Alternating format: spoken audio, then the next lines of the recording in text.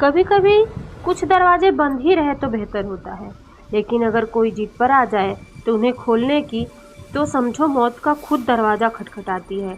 आज की कहानी एक ऐसे दरवाजे की है जो सिर्फ गिना जाता है, खोला नहीं जाता, और जिसे खोलने की सज़ा ज़िंदगी नहीं मौत देती है।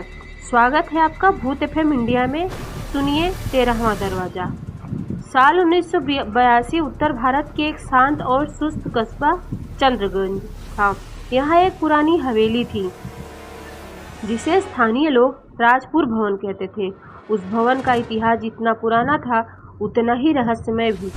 राजपुर भवन कभी एक जमींदार की कोठी हुआ करती थी, लेकिन अब एक सरकारी कार्यालय में तब्दील हो चुका था। जिला रिकॉर्ड रूम। वहाँ पुराने सरकारी फाइल के, संपत्ति के दस्तावेज और लोगों की जिंदगी की कहानियाँ धूल भरे रजिस्टरों में बंद थी। इस भवन में कुल 14 कमरे थे, लेकिन उसमें से एक दरवाज़ा 13वां कभी नहीं खुलता था। सरकारी कर्मचारियों को 12 कमरों में काम करने की इजाज़त थी। 14वां कमरा स्टोर था, लेकिन 13वां ना। उसके बाहर कोई नंबर न था, न ताला, न कुंडी, बस एक सादा लोहे का पुराना दरवाज़ा जिसके पास हर कोई अनजाने डर से दूर रहता था। ये कमरा कभी नहीं खुला, ऐसा कहते थे वहाँ 20 सालों से नौकरी कर रहे बाबू साहब मिस्टर तिवारी। जब भी कोई नया कर्मचारी आता है वो सबसे पहले 13वें कमरे के बारे में पूछता है और फिर कुछ महीनों बाद वो यहाँ से ट्रांसफ़र मांग लेता है। नवनीत शर्मा एक युवा सरकारी अफसर जो ट्रांसफ़र होकर चंद्रगंज आया था। पढ़ा लिखा, स्मार्ट और डर को अफवाह मानने वाला। उसे चंद्रगंज कार्यालय के रिकॉर्ड डिपार्टमेंट का प्रभारी बनाया गया। पहले दिन ही जब वो ऑफिस आया तो पहले उसने नोटिस किया कि कमरा संख्या 13 किसी फाइल में दर्ज नहीं है। ये कैसा मजाक है? नवनीत ने तिवारी से पूछा। बेटा मजाक नहीं, ये दरवाज़ा कभी नहीं खुलता। क्यों? क्योंकि जो आखिरी बार खोला गया था तब एक आदमी अंदर गया था और फिर लौट कर नहीं आया।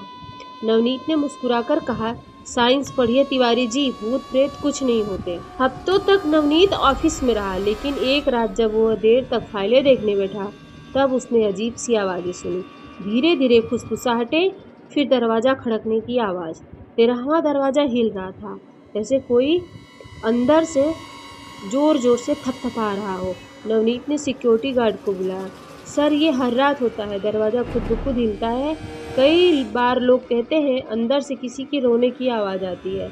इसे खोलने की कोशिश किसी ने नहीं की। सर, जिसने भी की वो यहाँ नहीं रहा। नवनीत बोला, इसे खोलने की कोशिश किसी ने नहीं की? सर, जिसने भी की वो यहाँ नहीं रहा, या पागल हो गया या गायब।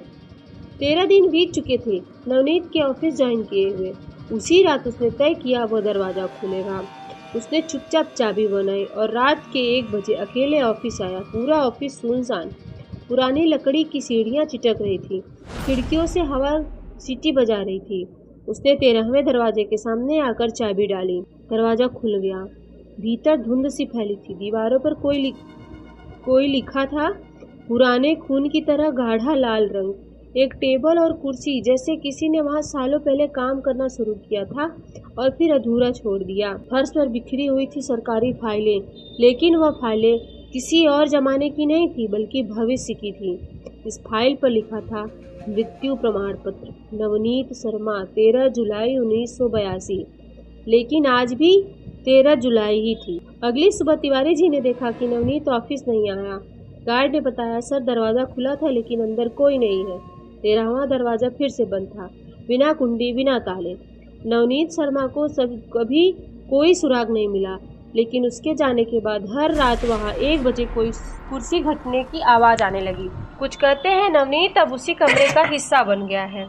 जो भी उस दरवाजे को खोलता है दस्तावेज का नाम बन जाता है जो उस कमरे में रखा है। साल 2025 में एक यूट्यूबर राघव, जिसने भूतिया स्थानों का वीडियो बनाकर लाखों फॉलोअर्स बना लिए थे, उसने चंद्रगंज के इस सरकारी भवन के बारे में सुना। वो आया है ड्रोन और कैमरे लेकर। आज हम 13वें दरवाजे के अंदर जाएंगे लाइव। उसका कैमरा चालू था। उसने दरवाज़ा खोला। वीडियो अभी भी यूट्यूब पर उपलब्ध है, लेकिन उसमें सिर्फ एक चीख सुनाई देती है और फिर ब्लैक स्क्रीन। राघव कभी नहीं मिला, लेकिन जो लोग उस वीडियो को आधी रात को देखते हैं उनके कमरे की दीवार पे एक नया दरवाजा बन जाता है। हर जगह 13वां दरवाजा होता है, कभी किसी घर में, कभी मन में और कभी किसी अंधेरी इमारत में। पर सवाल ये नहीं कि दरवाजा है या नहीं, सवाल ये है कि आप उसे खोलना चाहेंगे। अगली बार जब कोई अनजान दरवाजा दिखे तो याद रखिएगा, कुछ दरवाजे सिर्फ बंद रहने के लिए होते हैं और अगर गलती से खुल जाए तो जिंदगी नहीं, आत्मा गायब होती है। मिलते हैं अगली कहानी में, सिर्फ भूत FM इंडिया पर।